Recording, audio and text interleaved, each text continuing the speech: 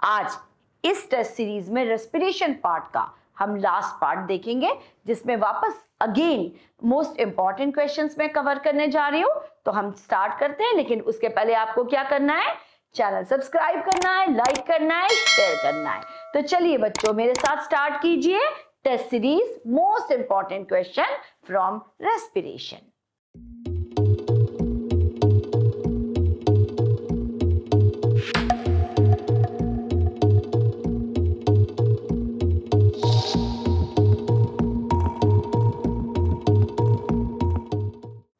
तो चलिए अब हम बिना कोई टाइम वेस्ट किए स्टार्ट करते हैं।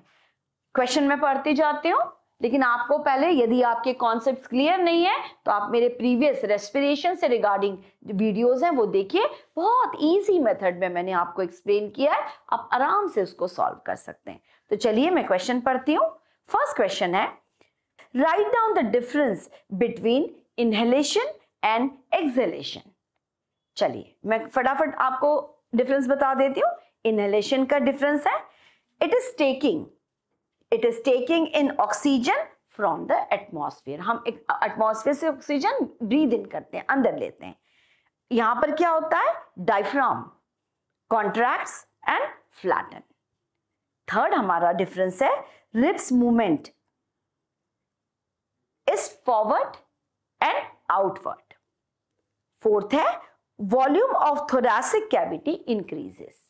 मैं इसको आपको डिटेल में नहीं एक्सप्लेन कर रही हूं, क्योंकि मैंने वीडियो में आपको ऑलरेडी चैप्टर बहुत डिटेल में एक्सप्लेन किया है।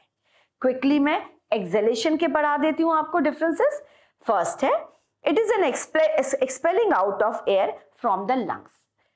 क्लियर है, expelling out of carbon dioxide from the lungs.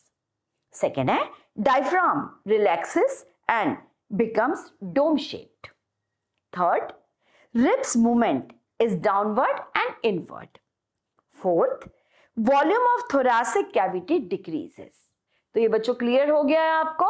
चलिए इसकी आपको बेसिकली टेक्निक कैसी होती है आंसर लिखने की, वो आपको समझना है।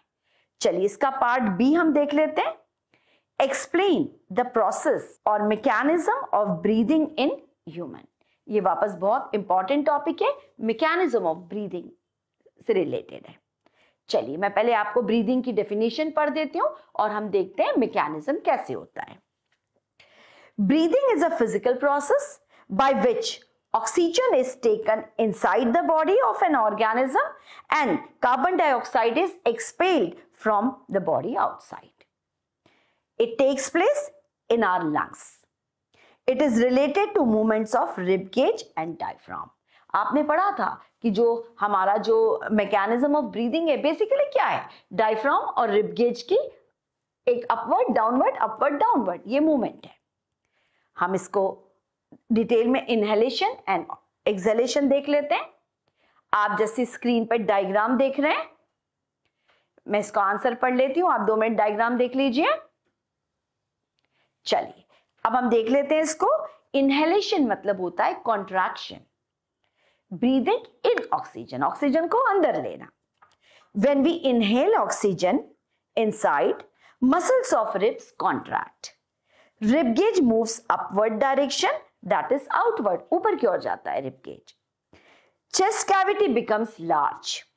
At the same time, diaphragm also contracts and moves downward. Due to these movements, space is created in between them and oxygen is sucked through the lungs. अब हम नेक्स्ट पढ़ते हैं exhalation means relaxation, breathing out. When we breathe out, when we exhale, muscles of ribs and diaphragm relaxed.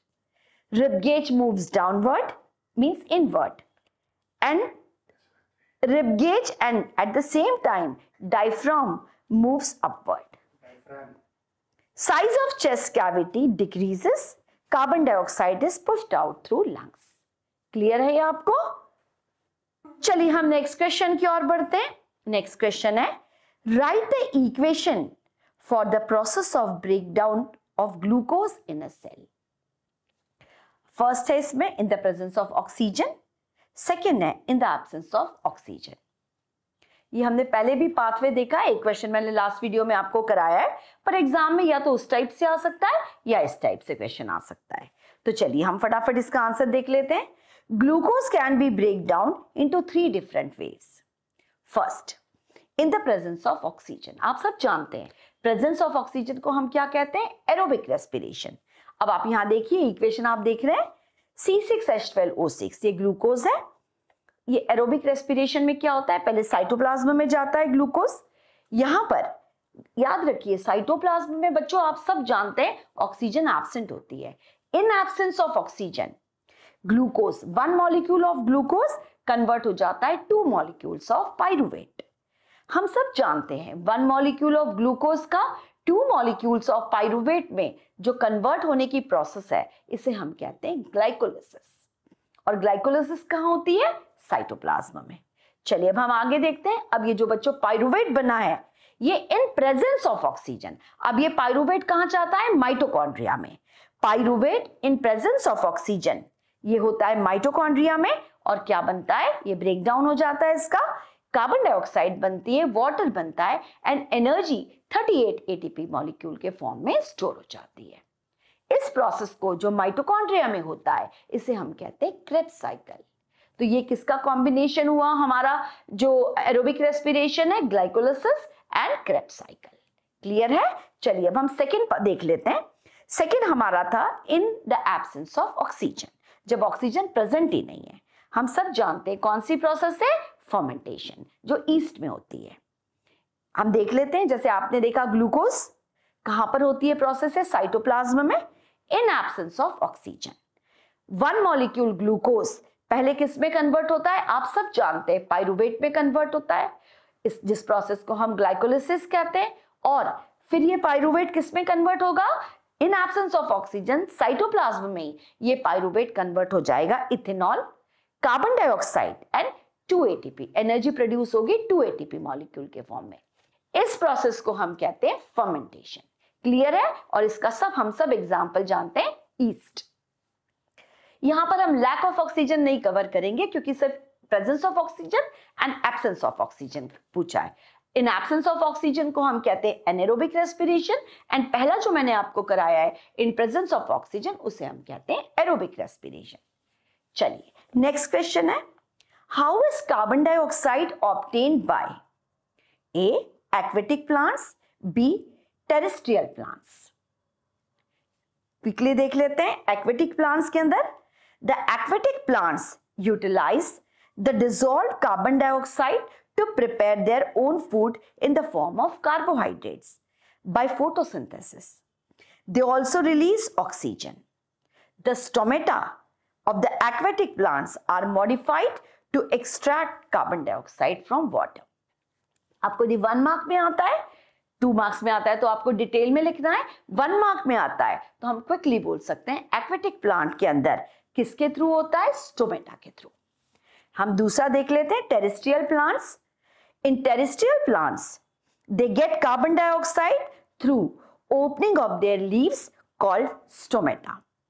Carbon dioxide diffuses through small holes of the leaves called stomata. तो अब आप देखिए, aquatic plants के अंदर stomata modified हो जाते हैं और ये कहां से लेते हैं ऑक्सीजन? Through water. और यहां पर एयर से लेते हैं थ्रू स्टोमेटा। चलिए हम नेक्स्ट क्वेश्चन की ओर बढ़ते हैं। इसका ए पार्ट है, why do plants die from water logging? आप देखते हैं घर में हम कभी भी हमारे जो हमारे प्लांट्स होते हैं, आप उसको बहुत वाटर डालिए, आप देखो हम पानी भी डाल रहे हैं फिर भी प्लांट्स मर जाते हैं, क्योंकि वाटर लॉगिंग हो जाता है। और हम सब जानते हैं रूट्स जो है, रूट हेयर से जो सॉइल के बीच बीच में पार्टिकल्स होते हैं, वहां से ऑक्सीजन रेस्पायर करती है। अब यहाँ पर वाटर आ जाता है तो वाटर लॉगिंग की वजह से रूट रेस्पायर ही नहीं कर सकती। और आप सब जानते हैं कि प्लांट्स के अंदर रूट, स्टेम, लीव्स अलग अलग रेस्पायर करते हैं। तो चलिए इसका आंसर मैं क्विकली आपको पढ़ देती हूँ। Because the roots in excess water condition cannot absorb required oxygen. Oxygen is not available to the roots for aerobic respiration. Clear है ये? चलिए नेक्स्ट क्वेश्चन की ओर बढ़ते हैं. What happens if the diaphragm is not there in the body? आप सोचिए है ही नहीं तो क्या होगा? सिंपल सी चीज है, all the breathing movement will stop, हम मर जाएंगे सबके सब। क्लियर है ना? ओके, चलिए हम नेक्स्ट क्वेश्चन की ओर बढ़ते हैं। Name the energy currency in the living organism, where and when it is produced, what is its use. ये तो आप 7th 8th से पढ़ते आ रहे हैं रिगार्डिंग एटीपी। चलिए मैं क्विकली इसका आंसर पढ़ देती हूँ। एटीपी यानी adenosine triphosphate is called energy currency in the living organisms. It is a nitrogenous compound. अभी जैसे मैंने बोला adenosine triphosphate. It is produced in mitochondria during cellular respiration. It is used to fuel to all the other activities. It provides energy to various biochemical activities. चलिए clear है। अब हम next question की ओर बढ़ते हैं। Write down the following. ये बस one word आंसर है। Name the pigment present in human which aids in respiration. Respiration का कौन सा पिगमेंट है? आंसर आएगा हीमोग्लोबिन। सेकेंड है साइट ऑफ एरोबिक रेस्पिरेशन, हम सब जानते हैं, आंसर है mitochondria. Third, common passage for food and air, answer है फेरिंग्स। नेक्स्ट है chemical which is common for both aerobic and anaerobic respiration, answer is glucose. Next है balloon like structure present in lungs, answer है alveoli. चलिए हम इसका next part देख लेते हैं। Write the pathway of air in human beings, pathway quickly देख लेते हैं। एयर पहले जाती है नॉस्ट्रल्स में, then pharynx, larynx, trachea, bronchi, bronchiole and lungs. Clear है? चलिए हम नेक्स्ट क्वेश्चन की ओर बढ़ते हैं। What do you mean by direct and indirect respiration? ये भी इंपॉर्टेंट है, थ्योरी में मैंने एक्सप्लेन किया था। Direct respiration, gaseous exchange occurs directly through body cells by means of diffusion. Example है अमीबा, प्लाज्मा मेम्ब्रेन से डायरेक्ट डिफ्यूजन हो जाता है, उसे हम कहेंगे डायरेक्ट रेस्पिरेशन। इनडायरेक्ट रेस्पिरेशन जैसे हम ह्यूमन में होता है, gaseous exchange are carried through blood, it involves a special organ lung. Blood transport, blood जो है it transports oxygen and carbon dioxide, example human. चलिए हम नेक्स्ट क्वेश्चन की ओर बढ़ते हैं। पहले पार्ट ए पढ़ देती हूं मैं इसका। How roots and stems of plants respire? Roots take oxygen from soil particles with the help of root hair by diffusion. Stems respire through lenticles. हमको पता है root hair से respire करेंगे, stem lenticle से respire करेंगे। Next, how plants growing in saline soil respire? Answer होगा इसका they respire through special respiratory roots called pneumatophore.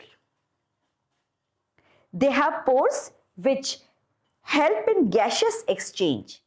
These roots are also known as breathing root. Clear है? चलिए अब हम नेक्स्ट क्वेश्चन की ओर बढ़ते हैं। What is compensation point? जब फोटोसिंथेसिस एंड रेस्पिरेशन आप क्लाउडी डे पे जानते हैं, जब सेम हो जाता है तब हम उसे कहते हैं कॉम्पेंसेशन पॉइंट। आंसर मैं क्विकली पढ़ देती हूँ। When the rate of photosynthesis is equal to the rate of respiration in plants, it happens on cloudy day. Next question की ओर हम बढ़ते हैं। Write the function of epiglottis. It is a flap-like structure present at the top of trachea that covers the glottis to prevent entry of food into trachea while swallowing the food. Next question की ओर बढ़ते हैं। Name the intermediate and the end products of glucose breaking down in aerobic respiration. Intermediate product कौन सा है? Pyruvate. End product कौन सा है ग्लूकोज का? Carbon dioxide, water and 38 ATP. Clear है ये? चलिए नेक्स्ट क्वेश्चन की ओर बढ़ते हैं। Why does lack of oxygen often lead to cramps among cricketers? Due to deposition of lactic acid. चलिए आंसर पढ़ देती हूं मैं। This is due to the conversion of pyruvate to lactic acid in the absence of oxygen. चलिए अब इसमें एक diagram based question भी आता है. क्वेश्चन अलग अलग तरह से आता है. मैंने एक जैसे क्वेश्चन आपको दिया है, आपको पूरा डायग्राम लेबल करना है. मैं क्वेश्चन पढ़ देती हूँ. Draw a diagram of human respiratory system and label on it. आपको एक डायग्राम दिया जाएगा और इसमें जो पार्ट पूछे हैं वो आपको यहाँ पर लेबल करने हैं. First, part where air is filtered by fine hair and mucus. आपको लिखना है, आपको जो लेबल करना है नेजल पैसेज. नेक्स्ट है part which terminates in balloon like structure, bronchiole. Third है balloon like structure where exchange of gases take place. आपको लेबल करना है alveoli. Next है part which separates chest cavity from abdominal cavity, diaphragm. Next है organ surrounded by cartilaginous ring, trachea, voice box, larynx. तो ये part मैंने आपको दिए, एग्जाम में आए हुए हैं ये प्रीवियस ईयर में, और इसको आपको लेबल करना है. चलिए अब हम नेक्स्ट क्वेश्चन की ओर बढ़ते हैं. What procedure did you follow to understand anaerobic respiration in your school lab. ये जस्ट ऐसा ही क्वेश्चन है, आपको स्कूल प्रैक्टिकल के अंदर आता है ये. आप कौन सा करते हैं? Fermentation. We followed fermentation process of yeast to understand anaerobic respiration. चलिए हम नेक्स्ट क्वेश्चन की ओर बढ़ते हैं. In which parts respiration occurs in the following? Roots, through root hair, stems, through lenticels, leaves, through stomata. आगे है earthworm, through moist skin. अब हम नेक्स्ट क्वेश्चन की ओर बढ़ते हैं. नेक्स्ट क्वेश्चन है write down the difference between respiration and photosynthesis. मैं पहले रेस्पिरेशन का पॉइंट पढ़ देती हूँ, फिर फोटोसिंथेसिस के. रेस्पिरेशन है it is an oxidation of glucose to release energy. Second point है it is an exothermic process. आपको पता है इसमें हीट इवॉल्व होती है. It is a catabolic process. Respiration catabolic. Catabolic मतलब क्या है? Breaking down of food. Energy is release. हम सब जानते हैं एटीपी के फॉर्म में एनर्जी रिलीज होती है जो एटीपी के फॉर्म में स्टोर होती है. रिएक्शन देख लीजिए. C6H12O6 जो ग्लूकोज है, it combines with oxygen and it forms carbon dioxide, water and energy. हम फोटोसिंथेसिस देख लेते हैं. Synthesis of food by green plants in the form of glucose.